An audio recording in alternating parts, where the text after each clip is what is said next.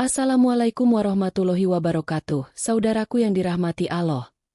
Pernahkah engkau berpikir bahwa satu kesalahan yang kita anggap sepele bisa menjadi sebab orang tua kita diseret ke dalam neraka? Ya, bukan hanya kita yang menanggung akibat dosa itu, tapi juga mereka, ayah dan ibu, yang telah mengorbankan segalanya demi kita. Bayangkan, sejak kita belum mampu berbicara, mereka sudah mendoakan setiap langkah hidup kita. Saat kita sakit, mereka menangis dan berdoa semalaman agar kita sembuh. Saat kita lapar, mereka menahan lapar agar kita kenyang. Dan ketika kita sukses, mereka tersenyum dengan air mata bahagia. Namun, seiring waktu, banyak anak yang lupa bahwa di balik napasnya yang panjang, ada dua orang tua yang terus memohon di sepertiga malam. Lupa bahwa keberkahan hidupnya bukan karena kepandaiannya, tapi karena ridho orang tua yang menjadi ridho Allah. Pernahkah engkau merasa hidupmu berat? Rezeki seret, usaha selalu gagal, hati gelisah tanpa sebab? Coba tengok kembali hubunganmu dengan orang tua. Apakah engkau pernah membuat mereka menangis karena perkataanmu? Apakah engkau pernah meninggikan suara di hadapan mereka? Atau, pernahkah engkau diam saja ketika mereka memanggil dengan suara lembut tapi engkau pura-pura tak mendengar? Allah tidak melihat seberapa besar dosa itu, tapi seberapa dalam luka yang engkau tinggalkan di hati orang tuamu. Nabi Muhammad SAW bersabda, "Keridhoan Allah tergantung pada keridhoan orang tua, dan kemurkaan Allah tergantung pada kemurkaan orang tua." Hadis riwayat Tirmidzi. Artinya, jika orang tua ridho, Allah pun akan ridho. Namun jika mereka marah dan kecewa, maka murka Allah akan turun kepadamu. Bahkan, Rasulullah SAW sampai menyebut bahwa orang yang mendapati orang tuanya masih hidup tetapi tidak memanfaatkannya untuk berbakti adalah orang yang celaka. Beliau bersabda, "Celaka, celaka. Celaka orang yang mendapati salah satu atau kedua orang tuanya masih hidup, namun ia tidak masuk surga." Hadis riwayat Muslim.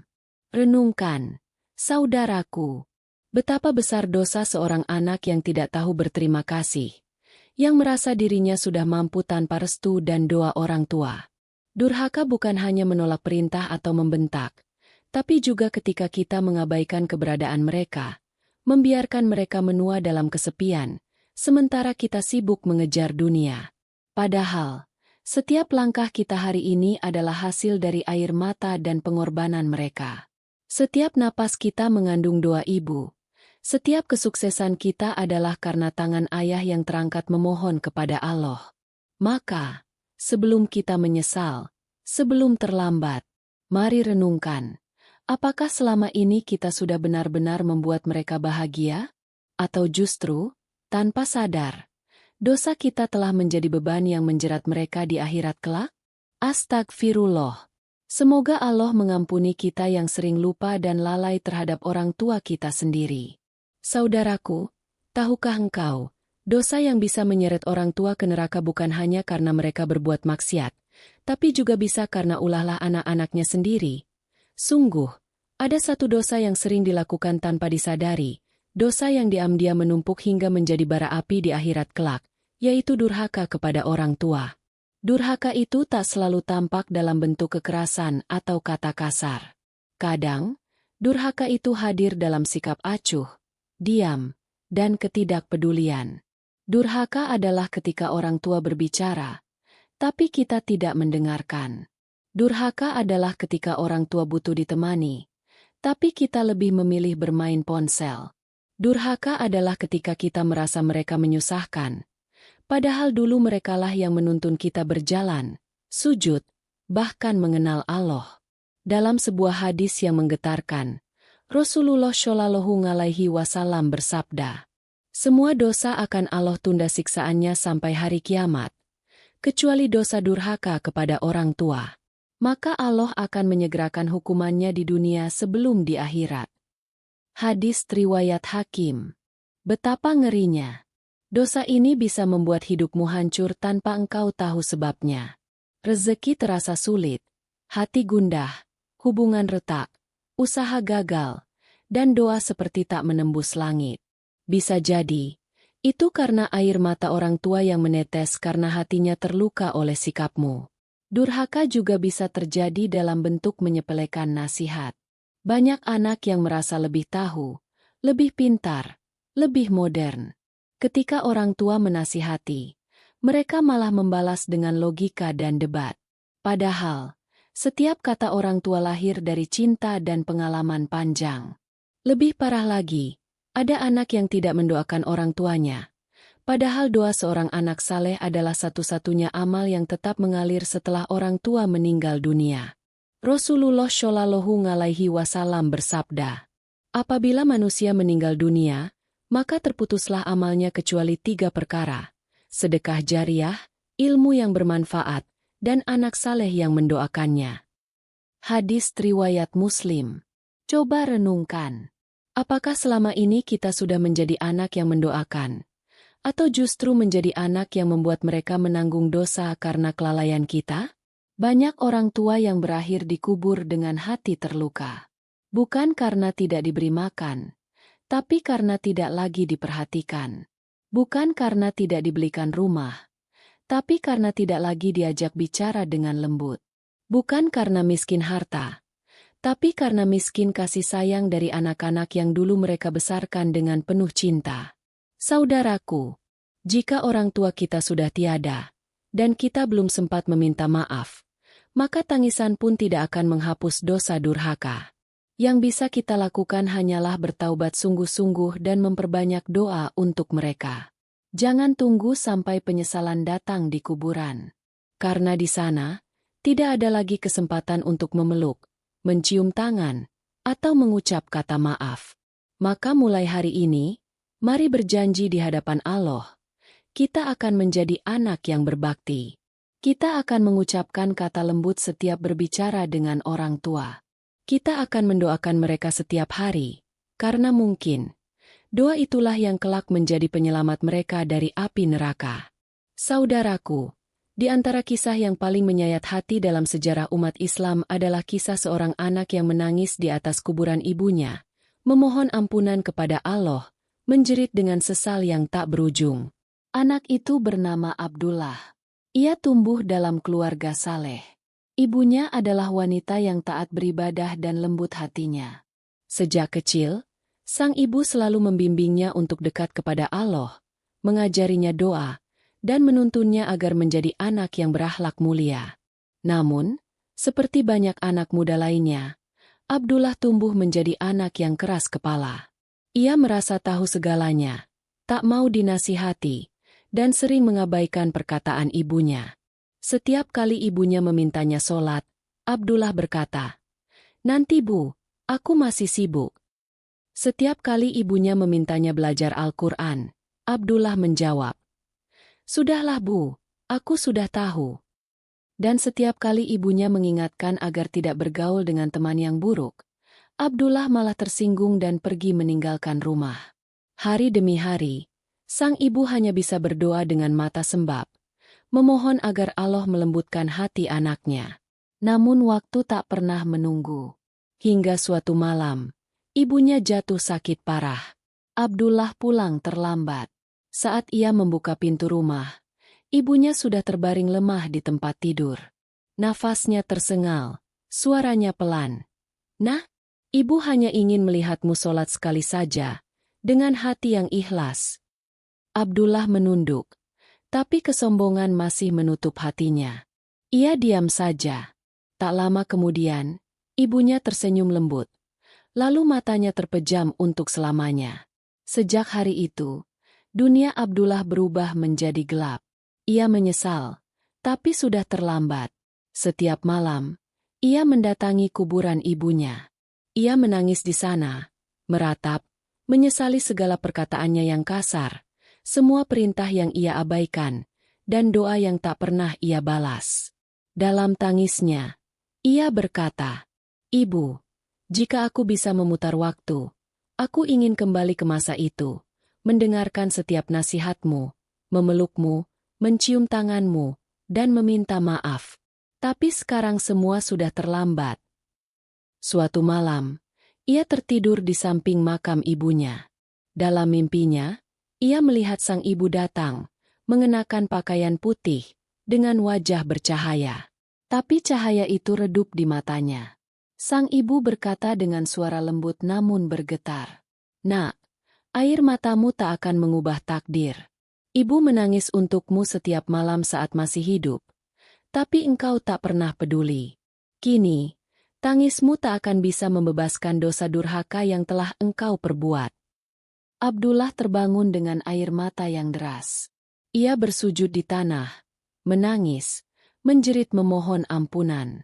Sejak malam itu, ia berubah. Ia berhenti bergaul dengan teman-teman yang buruk, memperbanyak ibadah, dan setiap hari datang ke kubur ibunya untuk berdoa. Tapi rasa bersalah itu tak pernah hilang dari hatinya. Kisah ini menjadi pelajaran besar bagi kita semua. Durhaka bukan hanya tentang menolak perintah atau membentak. Durhaka adalah ketika kita tidak menghargai kehadiran orang tua ketika mereka masih ada. Banyak anak yang baru sadar betapa berharganya orang tua setelah mereka tiada. Saudaraku, jangan biarkan penyesalan itu datang terlambat. Selama mereka masih hidup, ucapkan maaf, berikan perhatian, dan buat mereka tersenyum. Karena air mata di kuburan tak akan menghapus dosa durhaka. Yang bisa menghapusnya hanyalah taubat dan doa yang sungguh-sungguh. Saudaraku, mungkin ada yang bertanya, bagaimana mungkin dosa seorang anak bisa menyeret orang tuanya ke neraka? Bukankah dosa itu ditanggung masing-masing? Benar, setiap manusia akan mempertanggungjawabkan amalnya sendiri. Namun, dalam beberapa keadaan, orang tua bisa ikut menanggung akibat dosa anaknya, terutama jika anak itu menjadi durhaka karena kelalaian orang tua dalam mendidiknya. Allah Subhanahu wa Ta'ala berfirman, "Hai orang-orang yang beriman, peliharalah dirimu dan keluargamu dari api neraka." Quran Surat At-Tahrim ayat 6. Ayat ini menjadi peringatan keras bagi setiap orang tua agar tidak hanya memberi makan dan pakaian, tapi juga memberi pendidikan iman dan akhlak. Sebab ketika seorang anak jauh dari Allah, tidak mengenal sholat, berkata kasar, atau berani kepada orang tua, maka orang tua pun ikut menanggung dosa karena telah lalai dalam mendidiknya. Namun, hubungan ini bisa berbalik. Ketika anak durhaka, bukan hanya dirinya yang berdosa, tapi ia juga bisa menyebabkan kesedihan yang berat bagi orang tuanya, hingga orang tua itu mengeluh, bersedih, dan kehilangan ketenangan dalam ibadahnya. Dan jika orang tua meninggal dalam keadaan sakit hati dan tidak ridho terhadap anaknya, maka kemurkaan Allah pun turun. Nabi Muhammad SAW bersabda, "Ridho Allah tergantung pada ridho orang tua, dan murka Allah tergantung pada murka orang tua." Hadis riwayat Tirmidzi. Maka, ketika anak membuat orang tuanya murka, sebenarnya ia sedang menyeret mereka dalam penderitaan batin yang bisa menghalangi kedekatan mereka dengan Allah. Orang tua yang selalu menangis karena anaknya, bukan karena cinta, tapi karena kecewa, bisa kehilangan kebahagiaan ibadahnya, kehilangan kehusyukan doanya. Dan itu semua akibat perbuatan sang anak. Ada pula sisi lain yang lebih halus. Ketika anak menjadi sumber dosa bagi orang tuanya melalui amal buruk yang ditiru atau dibenarkan oleh orang tua. Contohnya, ketika anak berbuat maksiat, namun orang tua menutupinya dengan bangga, tidak menasihati, malah berkata, "Tidak apa-apa, namanya juga muda." Padahal, dengan ucapan itu, mereka membenarkan dosa dan ikut menanggung akibatnya. Sebaliknya, jika anak berbuat dosa lalu orang tua diam tanpa mendidik atau menegur, maka kelalaian itu akan menjadi beban yang berat di hadapan Allah. Maka tak heran, ada orang tua yang menjerit di akhirat bukan karena dosa mereka sendiri, tapi karena anak-anak yang mereka biarkan tersesat tanpa bimbingan. Namun ketahuilah, rantai dosa ini bisa diputus. Anak yang bertaubat, yang menyadari kesalahannya, dan kemudian memperbanyak amal saleh serta mendoakan kedua orang tuanya, akan menjadi penebus dosa yang luar biasa. Doa anak saleh adalah cahaya yang menerangi kubur kedua orang tuanya. Maka, meskipun seseorang pernah durhaka, Selama ia bertaubat dan berbakti setelahnya, Allah Maha Pengampun dan Maha Penyayang. Saudaraku, jangan biarkan kita menjadi sebab orang tua kesusahan di dunia, apalagi di akhirat. Jika engkau ingin membuat mereka tersenyum di surga, jadilah anak yang taat, rendah hati, dan selalu mengingat doa mereka dalam setiap sujud. Karena ketika seorang anak menjadi sumber amal saleh, maka pahala itu akan mengalir kepada orang tuanya, sebagaimana air yang mengalir ke sungai tanpa henti. Saudaraku yang dirahmati Allah, durhaka kepada orang tua adalah dosa besar. Tapi rahmat Allah jauh lebih besar dari semua dosa di bumi. Tak peduli seberapa berat kesalahan kita kepada ayah dan ibu, pintu taubat tak pernah tertutup. Selama jantung masih berdetak dan lidah masih bisa menyebut nama Allah. Banyak anak yang merasa putus asa setelah menyadari kesalahannya. Mereka berpikir, aku sudah membuat ibuku menangis. Aku sudah membuat ayahku kecewa. Apa Allah masih mau mengampuniku? Jawabannya, ya. Selama engkau menyesal dengan sungguh-sungguh, Allah akan menerima taubatmu. Rasulullah Shallallahu Alaihi Wasallam bersabda, Allah menerima taubat seorang hamba selama ruh belum sampai ke kerongkongan. Hadis riwayat Tirmidzi. Artinya, tak ada kata terlambat selama nyawa masih ada di raga. Namun, taubat dari dosa durhaka tidak cukup hanya dengan istighfar di bibir. Ada 3 langkah penting yang harus dilakukan agar taubat kita diterima dan benar-benar membersihkan dosa tersebut. Pertama, menyesal dengan sungguh-sungguh. Bukan sekadar menangis, tapi benar-benar menyadari bahwa kita telah menyakiti hati orang tua, manusia yang paling berjasa dalam hidup kita. Menyesal berarti sadar bahwa ucapan kasar, sikap acuh, dan keangkuhan yang dulu kita tunjukkan adalah bentuk pengkhianatan terhadap cinta sejati mereka. Kedua, meminta maaf kepada orang tua secara langsung. Datangi mereka. Jangan tunggu waktu yang tepat, karena waktu tak akan pernah menunggu. Peluklah mereka dengan tulus. Ucapkan, Ayah, Ibu, aku minta maaf. Aku sadar aku telah berbuat salah. Aku tak ingin menjadi anak durhaka yang membuat kalian menderita. Lihatlah ke mata mereka, karena di sanalah ada cinta yang tak akan pernah padam. Tak ada orang tua yang tega menolak maaf anaknya, walau hatinya telah terluka berkali-kali. Ketiga, berbaktilah dengan tindakan, bukan sekadar kata. Mulailah dari hal sederhana, mendengarkan mereka dengan penuh perhatian, membantu tanpa disuruh, mendoakan mereka setiap hari, dan berhenti membuat alasan untuk tidak menemani mereka. Jika orang tua sudah meninggal dunia, maka taubatmu tetap bisa sampai kepada mereka. Caranya adalah dengan memperbanyak doa, membacakan Al-Quran untuk mereka, bersedekah atas nama mereka, dan melanjutkan amal baik yang dulu mereka ajarkan. Rasulullah Shallallahu Alaihi Wasallam bersabda, sesungguhnya di antara amalan yang paling besar setelah kematian orang tua adalah engkau tetap berbakti kepada sahabat-sahabat mereka, menyambung silaturahmi yang dahulu mereka jalin. Hadis riwayat Muslim. Bayangkan, bahkan setelah mereka tiada, Allah masih membuka jalan agar kita tetap bisa berbakti. Maka, jangan sia-siakan kesempatan itu. Setiap doa yang kau panjatkan untuk orang tuamu akan menjadi cahaya yang menerangi kubur mereka. Setiap sedekah yang kau niatkan atas nama mereka akan menjadi tetesan pahala yang terus mengalir. Dan ketika engkau berdoa dengan hati yang lembut, berkata, Ya Allah, ampunilah dosa ayah dan ibuku, sayangilah mereka sebagaimana mereka menyayangiku sejak kecil, maka malaikat akan berkata, Amin. Dan semoga Allah mengampunimu sebagaimana engkau memohonkan ampun untuk keduanya. Saudaraku, taubat sejati adalah perubahan.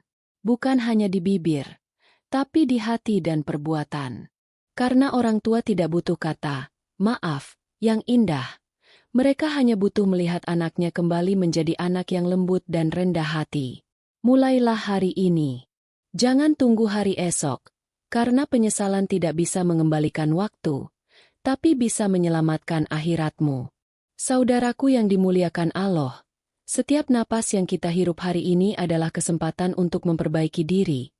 Kita tak tahu sampai kapan Allah memberi waktu untuk mencintai dan berbakti kepada orang tua. Karena yang paling menyakitkan bukanlah kehilangan mereka, tapi menyadari bahwa kita tidak sempat berbuat baik saat mereka masih hidup. Banyak anak menyesal setelah segalanya terlambat. Menangis di kuburan, membawa bunga, membaca doa dengan suara bergetar, berharap orang tuanya mendengar. Tapi tahukah engkau? Yang mereka butuhkan bukan tangisan di atas tanah dingin, tapi senyum dan kebahagiaan ketika mereka masih hidup.